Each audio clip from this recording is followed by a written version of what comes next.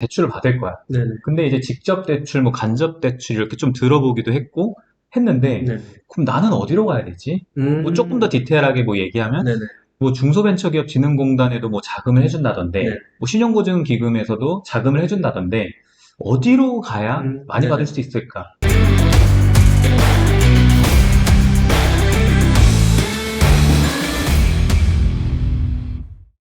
그러면은 이 어떤 R&D 자금을 좀 받거나 네. 기술로 인정받는 좀 업종에 네네. 대해서도 좀 사실 좀 궁금할 것 같아요. 음, 왜냐면은 R&D 대부분 어떤 뭐 제조업이라던가 IT 기업이라던가 네네. 약간 되게 좀 어려운 업종을 네네. 좀 해야지만 받을 수 있을 것 같은데 이 어떤 모든 제조업이라고 다 해주는 건 네, 아니잖아요. 그렇죠.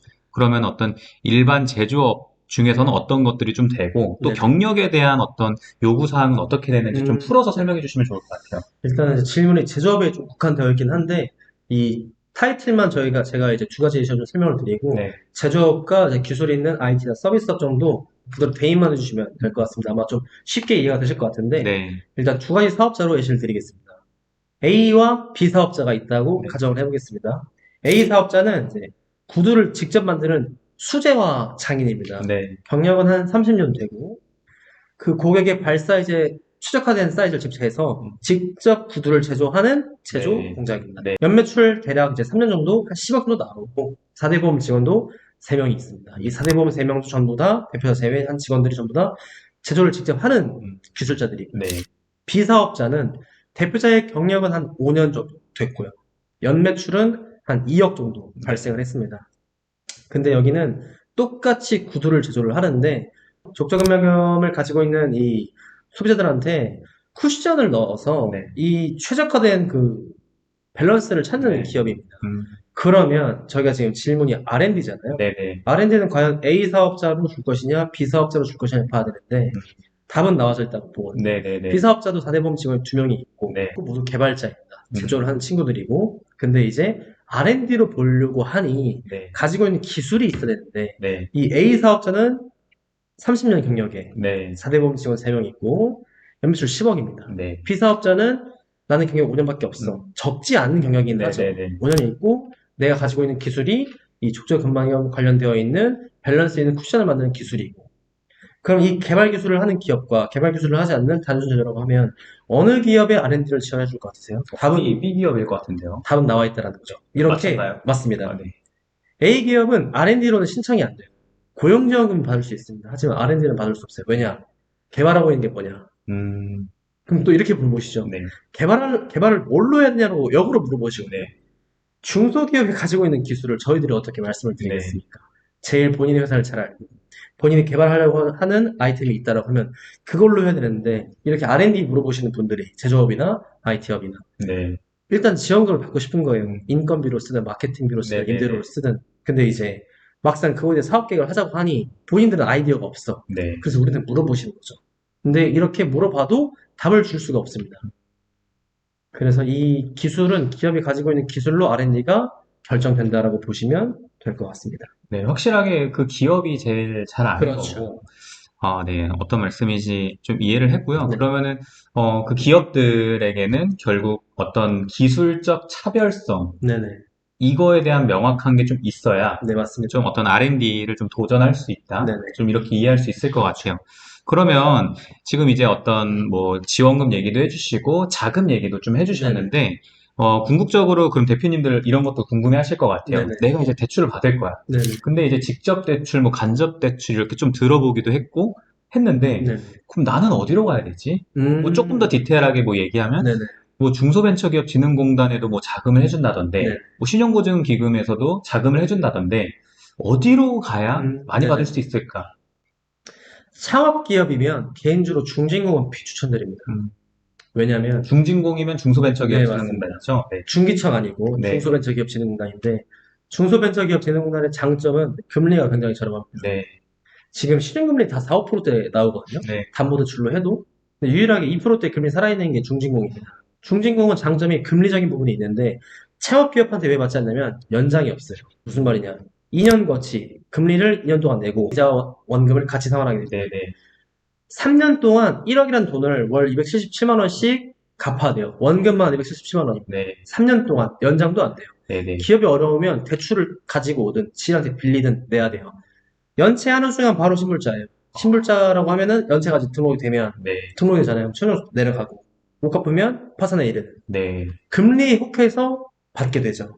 연장이 안 됩니다. 그래서 이 중진공은 기업이 재무가 아무리 좋아도 좀 이용을 잘 안 하려고 하는 게 네. 시설 자금도 최소 막 수십억 단위잖아요. 그래서 그쵸. 대리대출은 보통 이제 상담을 하는 평가를 하는 그 기관에서 평가를 하고 종이 보증서를 주고 네. 보증서를 은행에 넘겨주면 은행에서 이제 대신 대출을 해주는 대리대출 시스템이고 이런 중진공이나 소공인에서 직접 하는 이런 대출 같은 경우에는 그 기관에서 직접 대출을 해주는 거잖아요. 네네. 금리적인 부분이 너무 좋은데 상환이 굉장히 어렵습니다. 그래서 네네. 창업이신 분들과 재무가 힘드신 분들은 중진공보다 말씀하신 대로 신보, 기보, 재단, 스타트업 이쪽이 훨씬 더 유리합니다. 왜냐? 10년 이상 상환할 수 있어요. 10년 이상. 심지어 한 푼도 상환 안 하고 10년 동안 연장할 수도 있습니다. 네네네. 이자만 내고. 물론 그러면 나중에 이제 재무적인 점수에 있어서 좀 안 좋긴 하겠지만 이렇게도 사용이 가능하기 때문에 네. 웬만하면 중진공은 확실하게 계획이 없으면 좀 비추천드리는 편입니다. 뭐 이렇게 좀 들으니까 저는 그런 생각이 좀 들더라고요. 개인 사업자 같은 경우에는 뭐 말씀해주신 대리대출, 뭐 신용보증기금이나 뭐 네네. 기술보증기금이나 뭐 신용보증재단이나 이런 곳들 가면 좀 좋을 것 같고, 약간 법인 사업자 같은 경우에는 중소벤처기업진흥공단 쪽으로 좀 가면 네네. 약간 좀 그래도 장단점을 잘 그렇죠. 이용하면서 맞습니다. 혜택을 얻지 않을까 이런 네네. 생각을 해봤는데, 법인이 아무래도 개인 사업자보다는 재무를 좀 더 신경을 쓰고 네, 자금 유동이 조금 더 좋은 것 같긴 합니다. 왜냐면 네. 개인 사업자는 그냥 다 내 돈인 것처럼 쓰시고 법인은 통장에 돈을 네. 함부로 못 쓰다 보니까 그런 점이 그렇죠. 있지 않을까 싶습니다. 네, 아무래도 이제 개인 사업자분들 저도 만나보고 저도 이제 네네. 개인 사업을 하다 보면 확실히 그 돈을 막 쓰는 게 있어요. 그러니까 막 네네. 쓴다가 이제 소비를 많이 그렇죠, 한다라기보다 그렇죠. 뭐 부가세 통장이라던가 네네. 뭐 이런 구분을 잘 안 해놓다 네네네. 보니까, 그리고 본인 개인 생활비도 같이 엮여서 그렇죠. 쓰다 보니까 맞습니다. 그런 게 좀 어려운 것 같아요. 네네. 그래서 그런 컨설팅들도 해주시잖아요. 네, 그럼요. 네, 그래서 영상을 보시는 대표님들께서 이런 재무적인 네네. 컨설팅도 좀 같이 받아보면서 기업 성장에 있어서 네네. 재무 관리 좀 잘 해주셔야 미리 된다. 대비도 하셔야 됩니다. 네, 좀 생각이 들었습니다. 그래서 오늘 좀 이제 주요하게 좀 듣는, 그리고 대표님이 꼭 알고 계셔야 되는 내용들 5가지를 좀 다뤄봤는데요. 마지막으로 이제 본부장님께서 한 말씀 좀 드리고 영상 마무리하면 좋을 것 같아요. 드리고 싶은 말씀은 OEM 제조 관련해서 한 가지 말씀드리고 마무리를 하면 될 것 같습니다. 네, OEM 제조하시는 분들이 R&D 받을 수 있냐 많이 물어보시거든요. 네, 네, 왜냐면 네, OEM이라는 게 우리 회사에 생산할 수 있는 시설이 없고 외주에 맡기는 걸 OEM이라고 하잖아요. 네, 이런 업체들 같은 경우에는 보통 제조 인력이나 개발자나 기술자가 없어요. 그쵸. 기획하고 마케팅 하시는 분들이 이 외주를 맡기고 팔면 수익으로 이제 이끄시는 분들이 많은데 이런 업체는 R&D로 창업 지원금 받을 수 있는 게 없습니다. 네, OEM 제조하시는 분들은 대표가 경력은 있는데 가지고 있는 돈이 없어서 내가 제조랑 기획을 다 해. 제품군도 내가 다 기획을 하고 설계를 하고 네, 기계가 없어서 외주를 주면 이거는 할 수 있습니다. 근데 보통 OEM 제조하시는 분들이 관련된 이제 경력이 없다 보니까 창업지원금이나 쉽게 말하는 이제 고용지원금, 무상지원금 받는 게 좀 어렵습니다. 네, 네, 네. 그래서 이 부분은 좀 참고해 주시면 좋을 것 같습니다. 좋습니다. 뭐 깔끔하게 공장이 없다 하면 네네. 사실은 거의 네, 불가능하다. 그렇죠. 이렇게 좀 이해해 주시면 좋을 것 같고요. 네. 네, 그래서 오늘 이렇게 좋은 내용들로 이제 컨텐츠를 다뤄봤는데, 앞으로 좋은 컨텐츠로 계속 인사드릴 테니까요. 앞으로 기업 계속 성장해 나가는 네네. 거를 같이 그려보면 좋을 것 같습니다. 그래서 궁금한 사항들은 편하게 제 문의 남겨주시면 저희가 빠르게 연락드리니까요. 저희의 영상이 또 도움이 되셨다면 좋아요와 구독, 그리고 알람 설정까지 부탁드리도록 하겠습니다. 그럼 마지막 감사 인사 전하고 영상 마무리하도록 하겠습니다. 감사합니다. 감사합니다. 수고하셨습니다.